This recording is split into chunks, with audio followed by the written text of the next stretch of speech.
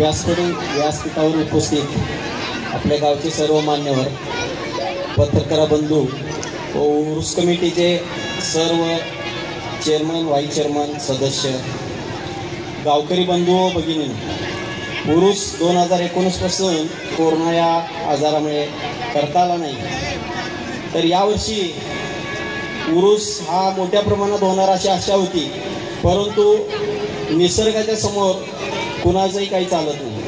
हे निसर्गाने परत एकदा दाखवून दिलं.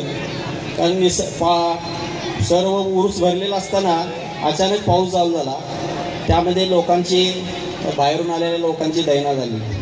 त्यामध्ये गावकऱ्यांनी आता आमच्या इमाम खतीब यांनी सांगितल्याप्रमाणे कामधेनू पतसंस्थेचे चेअरमन यांनी बाहेरून आलेल्या लोकांची गैरसोयी म्हणून जेवणाची व्यवस्था केली. म्हणजे आपल्या गावामध्ये एक चांगली प्रथा आहे की बाबा कुणालाही उघडं पडू देत नाही आपलं गाव. त्याचप्रमाणे आज आमचे एक क्लासमेट आहेत अतुल भोसले यांनी देखील आज एक सर्व व्हॉट्सअप ग्रुपवरती एक मेसेज टाकलेला आहे. त्यामध्ये त्यांनी आवर्जून झंकार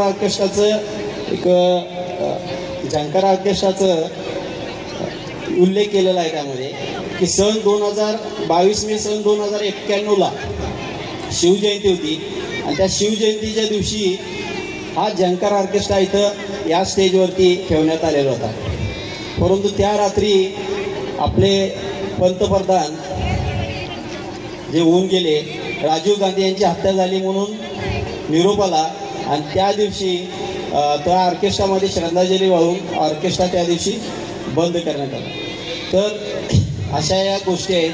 आणि 30 तारीख आज आहे 21 मे 2022.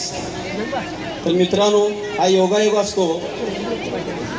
मी काय जास्त वेळ घेत नाही, सर मान्यवर आहेत, तर माझे सर्व गावकऱ्यांना उरसाच्या शुभेच्छा देतो व माझे 2 शब्द संपवतो. जय हिंद, जय महाराष्ट्र.